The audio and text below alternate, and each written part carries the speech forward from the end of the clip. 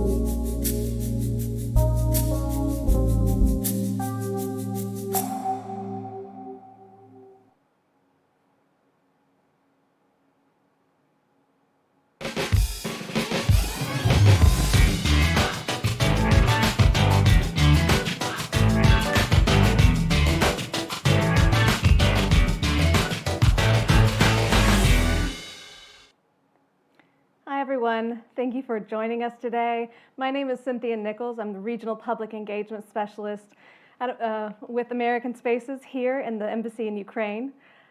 I'm very excited to have everyone with us today. This is our third in a series of panels that were entitled Views from Ukraine.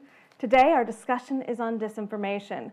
Our moderator today is Press Attaché Dan Langenkamp. I just want to give you a little bit of information before we begin, and I will toss it to Dan in just a moment. Please put any questions that you have in the chat. I will monitor them, and then we can present them to the panel. Please make sure you mute and also turn off your cameras. The stream is recorded. This is recorded and is being streamed to several embassies. It is on the record. And when we go into breakout sessions, those breakout sessions are also on the record, but they will not be recorded. Thank you very much for being here. And now I'm going to toss it off to Dan. Thanks so much. Okay, disinformation, misinformation, fake news, propaganda, whatever you call it, it points to the same thing, which is the use of information for strategic means. Today we're going to be talking about how Russia is using disinformation in Ukraine, specifically amid its buildup on Ukraine's borders, how Russia is using misinformation and disinformation to achieve its aims. So how is Russia using disinformation? What are its methods and tactics? What narratives is it pushing? What could it play if Russia stages an incursion or a further incursion into Ukraine? And what are the what other goals could Russia have in this effort? So today we have three of the most important voices in Ukraine on disinformation, and we're going to hear their views. We have Yevhen from Stop Fake. We have Arisia from Chatham House, and we have Volodymyr, the analytics director at Inner News. You have their bios in your programs, so I won't waste any time with that. Let's just get started. Over the last few weeks, there's been a huge discussion about the role of disinformation. People following have seen officials across the Western world talk about the role that it has played. I would like to ask if our panelists could talk about the methods and the goals that Russia has in this effort. I'd like to put it to Yevhen first. Yevhen, could you tell us a little bit about this? Hello, everyone. Thank you very much for having me on the panel. It's a great pleasure for me to share my views because Stop Fake was following Russian disinformation since 2014. We've been monitoring it, debunking fake news, and mapping the main players and narratives. And of course, we notice the huge increase of the volume of disinformation recently, as you might guess. And also we see what's the main emphasis of disinformation these days. For example, currently Russian disinformation is doing a lot to dehumanize Ukrainians, like preparing for real war, not just disinformation as a part of paramilitary disinformation warfare. Also, we see further attempts to delegitimize Ukraine as a sovereign state, to undermine its sovereignty, to dehumanize Ukrainians, as I said. And also important feature is that Russian disinformation was creating very, very parallel reality for Russian audiences, for Ukrainian audiences, but also for Russian elites and Russian policymakers. And now we see how this disinformation basically became a part of their modus operandi. They pretty much believe in what they created. And this is one of the most dangerous part in them because they're living in a very parallel reality they've been creating since 2014. Volodymyr, you can tell us what are the methods that Russia is using in this battle, in this fight? Thank you, Dan. So first, of course, it's like the typical disinformation, typical fake news that Stop Fake is monitoring very well, for example, or some other fact checkers. But I would like to say that disinformation in Russian case shows that it is much deeper than that. Specialists, Ukrainian and other experts are using, for example, the word malinformation to identify an idea that this propaganda can use some facts, some true stories, some parts of the reality, but they then exaggerate the meaning of it. So they really often use part for the whole with this pars pro toto approach.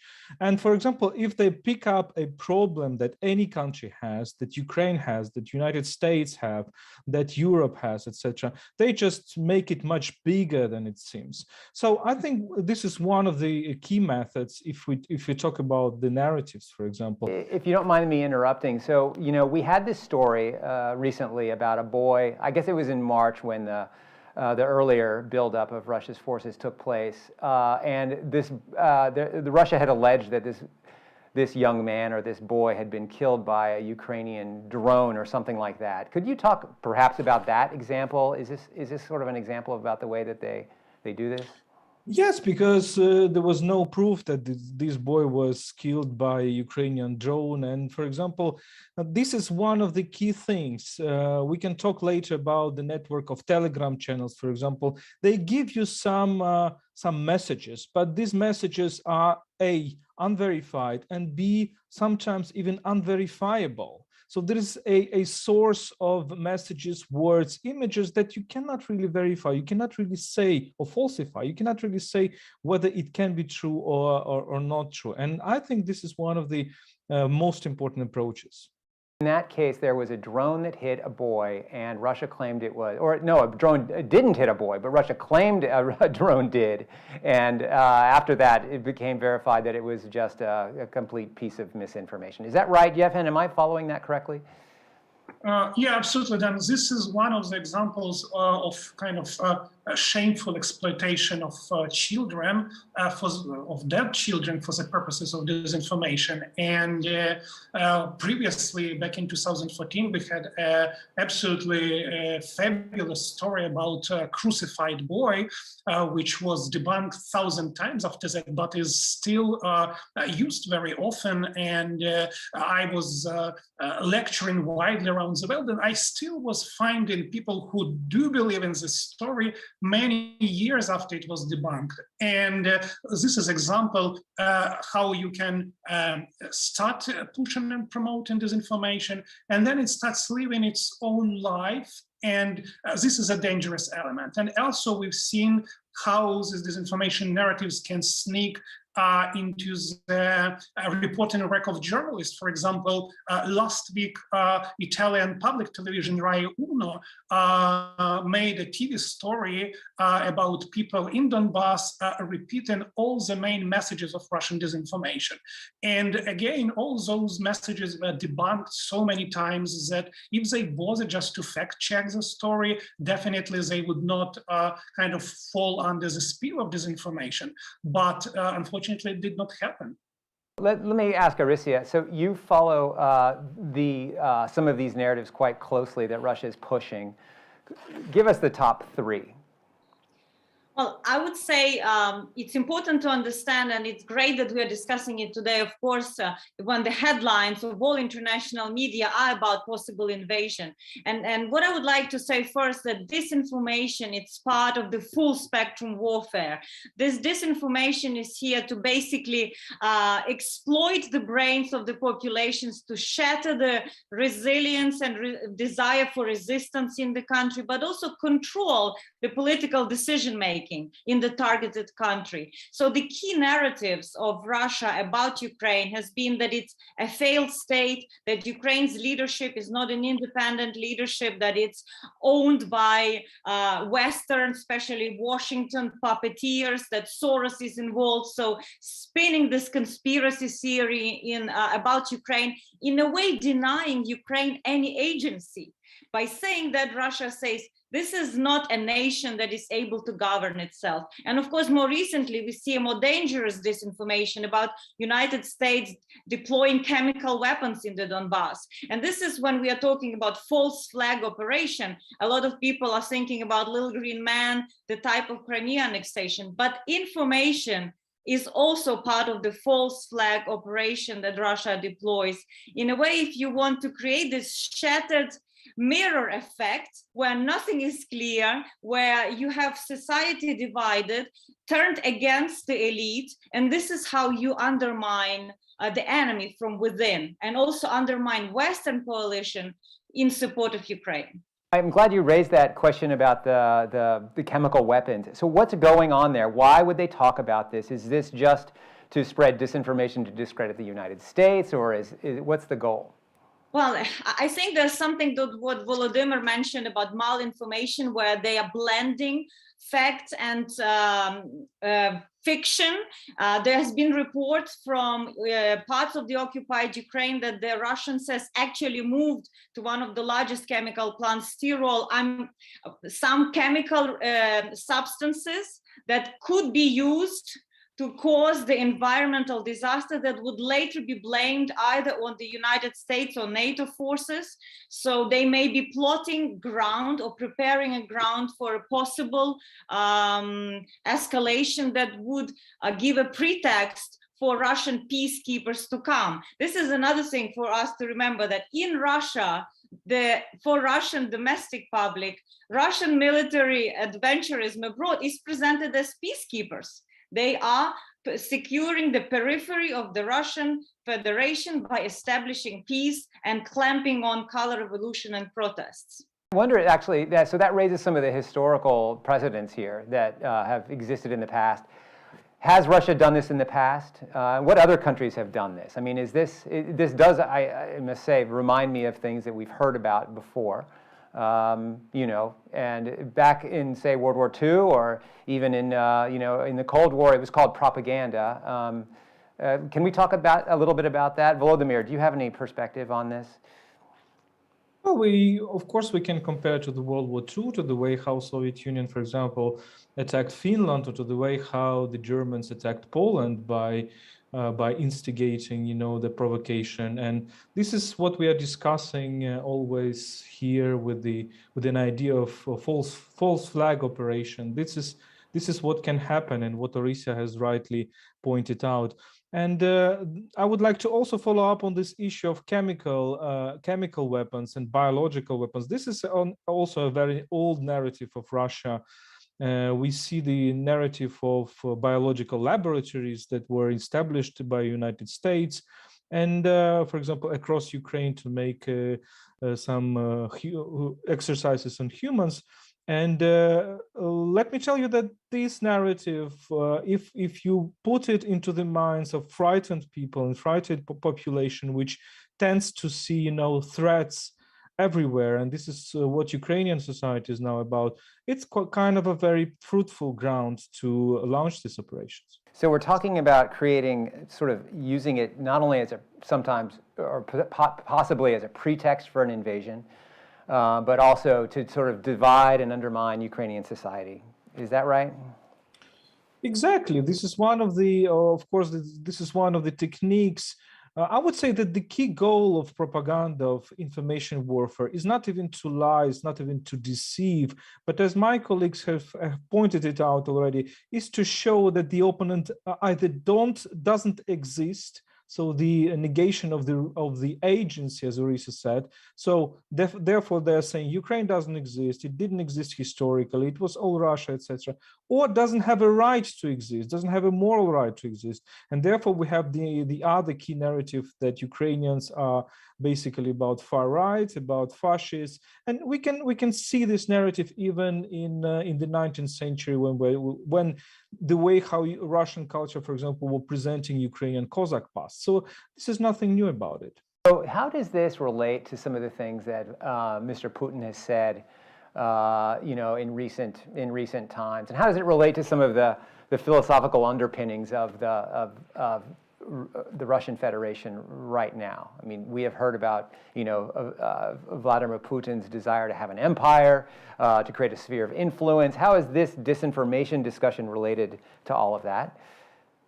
Well, if you follow Russian intellectual debates, you will see that some of the ideologies that are present in Russia, they really have roots in early 20th century philosophical doctrines in Europe and elsewhere in the world. For example, the idea of social Darwinism, that the politics is a great fight for influences, and the great fight of big geopolitical animals. And recently we had read, you've probably seen it, the article of a former advisor to Putin, Mr. Surkov, who is also a philosopher and writer, and who is behind all this war in Donbass, who said that Russia should naturally be expanding. And I think this comes to an idea of this Russian empire, which we see, for example, in Neo-Eurasians and some other doctrines, that Russia will survive only when it is expanding. Either it is expanding its borders, or it is shrinking.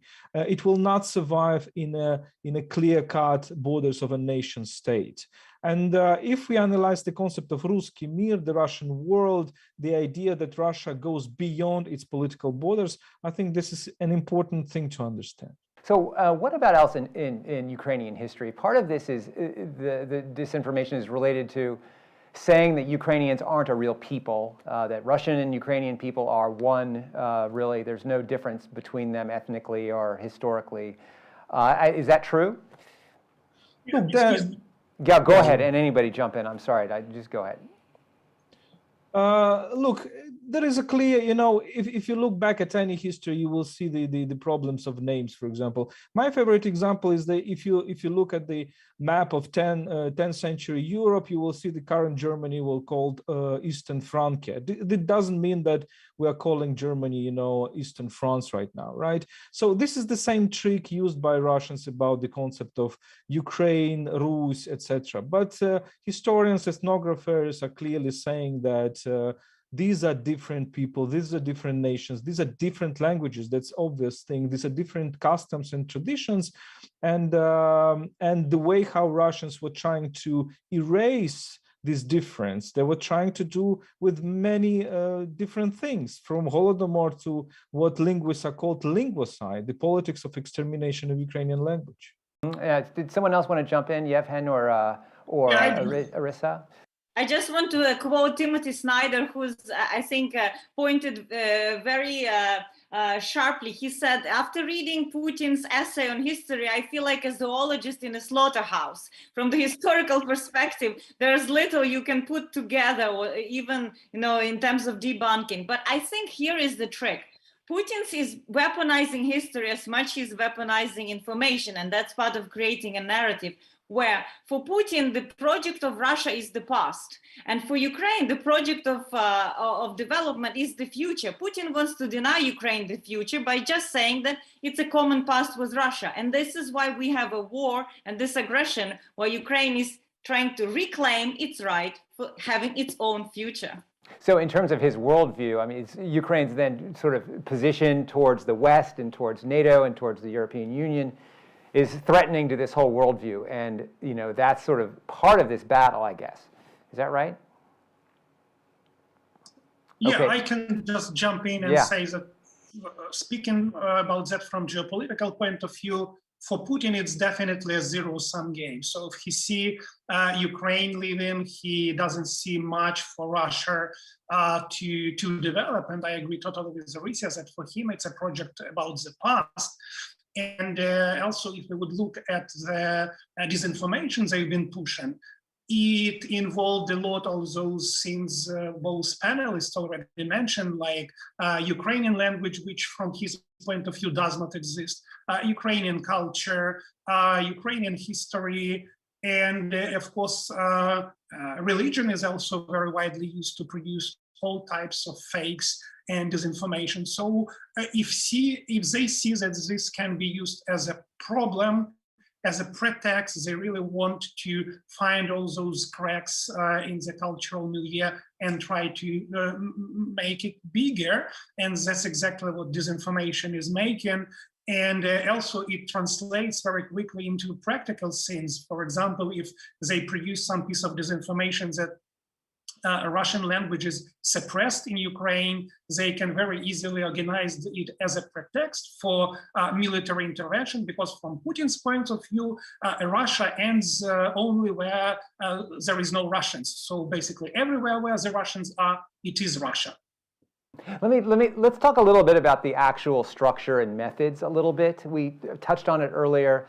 I think Volodymyr mentioned Telegram channels. Telegram is a really important mechanism that they're using in Ukraine. I don't know if all of our viewers understand how Telegram works or if it's as popular in Western Europe. I know it is popular, but let's talk about anonymous Telegram channels and the structure of the way Russia is doing this in Ukraine in particular. Is this an operation that is organized by the FSB?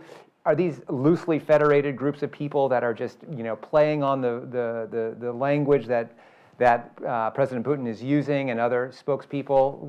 Can you give us some information about the structure, about the operation here as it attacks Ukraine? Yeah, if I may, from my point of view, this disinformation ecosystem works really as a very systematic, very well organized, very well financed by Russian government. Definitely all those disinformation messages are coming in a very centralized way from state actor, and of course they use very different platforms, and they are very flexible with platforms, so it all depends on the availability.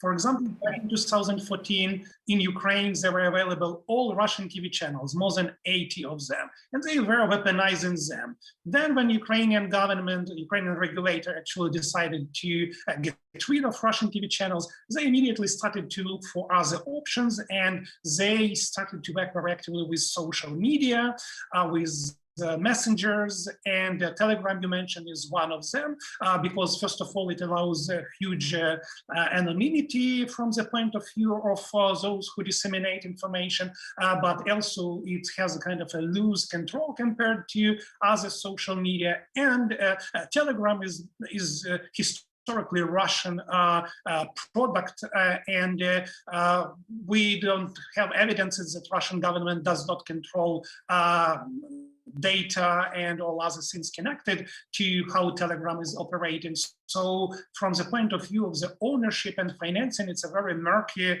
platform, and the least regulated out of those which are now available in Ukraine. And that's why it's always used for disinformation purposes, for example, to reach out to Ukrainian military. We have two popular Telegram channels which pretend to be Ukrainian channels for military and allegedly coming from general staff of the armed forces. But they never post anything in Ukrainian. They use only Russian language, and they promote Russian messages, Russian narratives. So for me, if it looks like a duck and if it walks like a duck, well, it is duck then, you know. I wanted to give a tip. So for our audience, which is mostly journalists, you could log on to these, or you can subscribe to these Telegram channels. And Telegram actually has a translation mechanism where you can read the Russian. So Yevhen, what are the biggest channels, like the ones that we hear that the Ukrainian parliament's using, and that that are very popular with the political elite?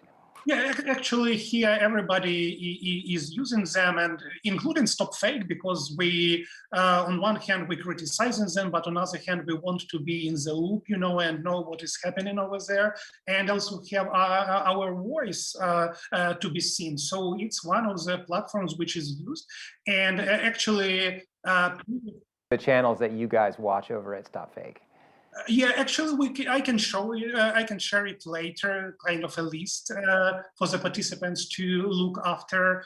And yeah, I think you have to make sure you put the warning: smoking is bad for your health.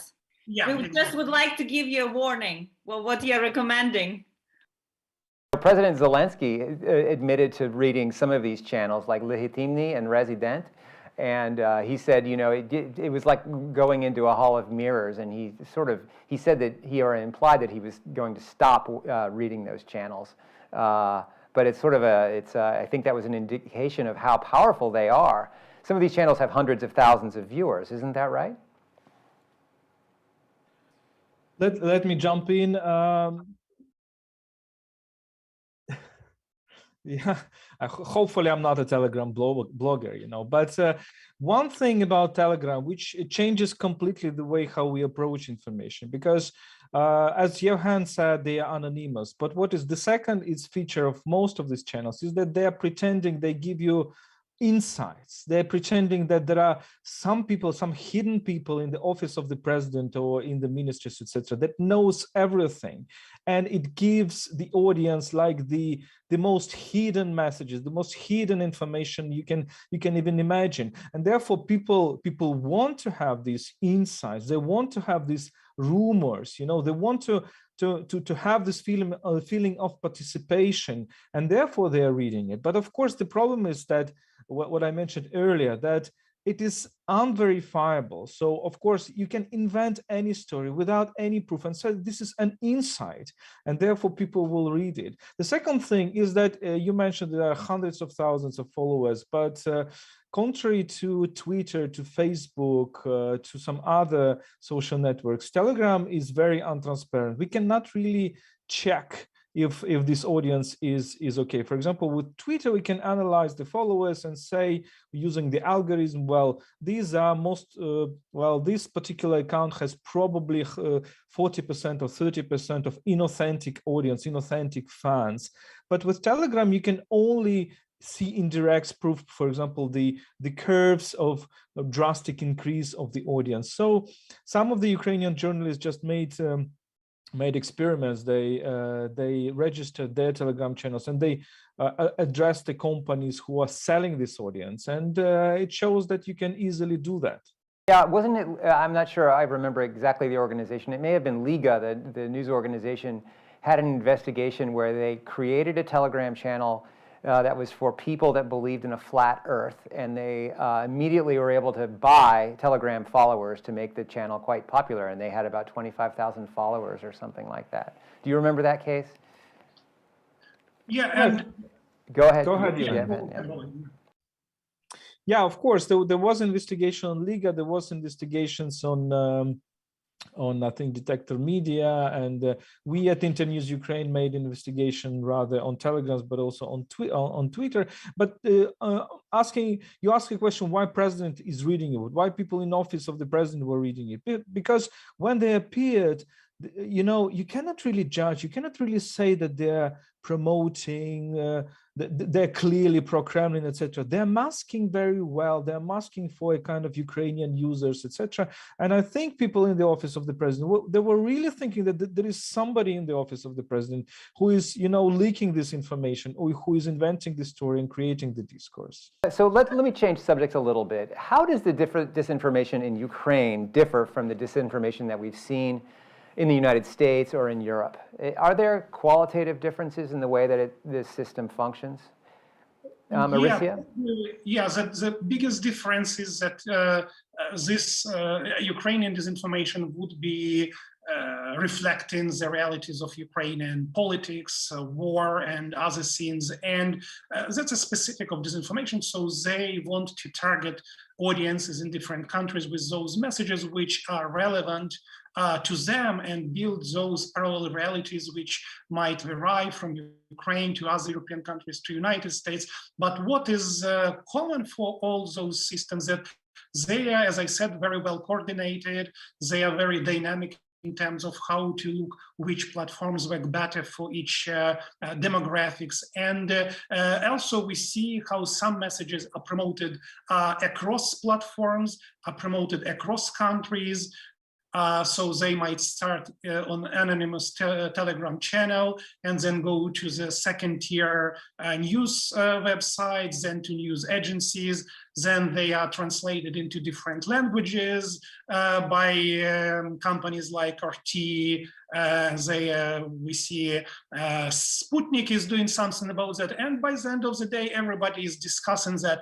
And when we start looking at that retroactively to find the initial source of that story, sometimes it's impossible for one very simple reason, because they are quoting each other. So it's like a catch-22, and there is no end to this vicious circle.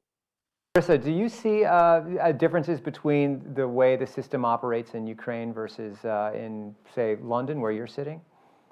Well, I would like, again, to bring us to a bigger picture of why all of this is going on. And in a way, this is what we are living in through this battle between autocracies and democracies. Of course, Ukraine is the frontline state in that way, and its democracy is poorly consolidated, and it gives more kind of open door for Russia with the proximity of language. That's much easier, with a kind of quite toxic Ukrainian media space that is quite partisan, is using some of these Russian narratives to undermine the ruling party, let's say. So they would, in a way, amplify, do the jobs for the Russians, if you want. But I think there is a similarity, in a way, again, of using these domestic cleavages, playing on partisan politics, and also I think going more and more into social media, something that we've discussed. Citizens across the world are now getting more news from social media than from television or print press. This is a new revolution that is going on in the media consumption. And this gives Russia an upper hand in a way, because its agenda is destructive. Russia's agenda is not about building a new ecosystem of free flow of information. Russia's agenda is to basically humiliate the West, and especially United States in Eastern Europe, by showing that it's weak and feeble in defending its allies. And this is what is at stake right now. That's why US is such a target in Russian disinformation. And this is, I would be interested to see if there are some of these narratives about US plotting a war against Russia in Ukraine at present also in the US information space, in social media especially. Right, so that undermines American support within America for any kind of action that has to take place, or it undermines the support for the U.S. government effort to try to create unity among allies and all of our foreign policy. Is that Dan, what you're we saying? have actually two questions. There's a follow-up question. To what extent does this work among Russian-speaking Ukrainians, and are they hoping for Russia to intervene? Do our panelists have an answer to that? I think we have to make a clear distinction between Russian-speaking Ukrainians and pro-Russian Ukrainians. There is a huge difference, and maybe for somebody very long from Ukraine, it is not that evident. There are lots of Russian-speaking Ukrainians, I would say even majority, because Ukraine is still, in many aspects, in many regions, especially East and South, are Russian-speaking regions, but they are patriots of Ukraine, and they are, to say the least, very skeptical about Russia. We can see on public opinion polls, for example, the huge drop of popularity of Mr. Putin in 2014. And I think about 80% of Ukrainians, or even more, consider Mr. Putin as a very, very bad personality. I think even bigger. So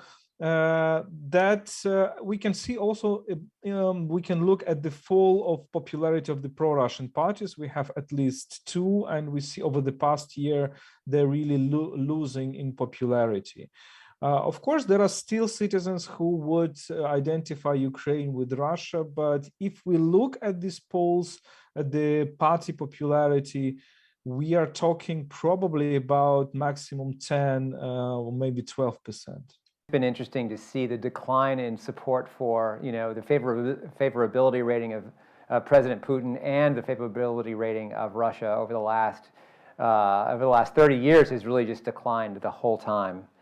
Let me ask this question, and then we'll go to another audience question. Are Ukrainians getting better at detecting disinformation and being less vulnerable to it? That's been they've been under assault from it for a long time. Yeah, of course, Ukrainians made a huge progress since 2014, and every year organizations like Internews are even doing the measurements, polls looking into the level of the media literacy, if they recognize disinformation. But the disinformation also knows that Ukrainian skills are much better, so they also improve, I will not say quality, but they improve penetrability into Ukrainian society. For example, as Volodymyr said, the popularity of Russia and everything Russian declined dramatically. So now some disinformation outlets want to masquerade themselves as something very Ukrainian, using Ukrainian language. You can see Ukrainian flags and say, oh, this is a patriotic something, because everything which is labeled Russian is very toxic these days. And also, if we would look at the media consumption in Ukraine, so the structure completely changed, and now less than 10% are consuming Russian media at the regular basis, and even less are trusting what they see. It's a very good sign. And of course, Russia is trying to kind of make quick changes and adjust to that. But on another hand, of course, it all depends on many other things. For example, if Ukrainian media provide enough information, what's the quality of that information, how government is involved in that. And there are, of course, many, many ways how to improve that. And so, yeah, improvement is there, but definitely there is some part of the people who still are not very kind of literate. And that's to whom we want to cater more and more and to explain them the intricacies of disinformation. I understand that's sort of in the south and in the east of the country with more rural and less educated audiences. Is that correct? Not always, not always. Actually, we have that problem across the geography of Ukraine, especially situation with COVID-19 demonstrated very low, so to say, scientific literacy of Ukrainians, and that happened across the whole regions. And also it was used by disinformation as well. Okay, so let me add a little bit then. Can I add something? I think there are two challenges, unexpected challenges, related to the very nature of democracy worldwide, not only in Ukraine. The first is critical thinking. The second is plurality. So the traditional propaganda, for example, Soviet propaganda was was very efficient when people were lacking critical thinking. Today, propaganda is much more tricky thing. This is something Peter Pomerantsev very well would write about it. And we see, for example, through different monitorings of the minds of Ukrainians that people sometimes are subject to disinformation precisely because they're critically thinking. For example, what these Telegram channels are telling you, that you should be thinking much more critically than you used to think when you, for example, consume ordinary media. And therefore, we will provide you all these insights, etc. The second thing is plurality, of course, because Ukrainians reply that, well, I read, many Ukrainians say that, well, I read different sources and then I combine them and then I take my own opinion. The question is, what if among these different sources is a disinformation source? Yeah, that's right. Okay. Let's take another audience question now. Sure. Going back to the idea that language is very powerful, one of our journalists said, last year, Union Agency decided not to publish news in English anymore. Does anyone have an understanding for the rationale of that? Union. My apologies. Yeah. Well, Union is a part of Kolomoisky holding. I don't know what are the reasons for that, but I can assure you that there are other very well English language sources. For example, recently we have NV, Новое Время, which is one of the most respectful Ukrainian media launching its website in English. We have Kyiv Post, we have Kyiv Independent. The website which I run, which I'm a direct editor, is Ukraine World. You can also follow us. You have Ukraine Crisis Media Center, you have Stop Fake, you have many other good sources. And Ukrinform, also the state agency, also has English language. There's a lot. And also you can use Google Translate to get information in news now.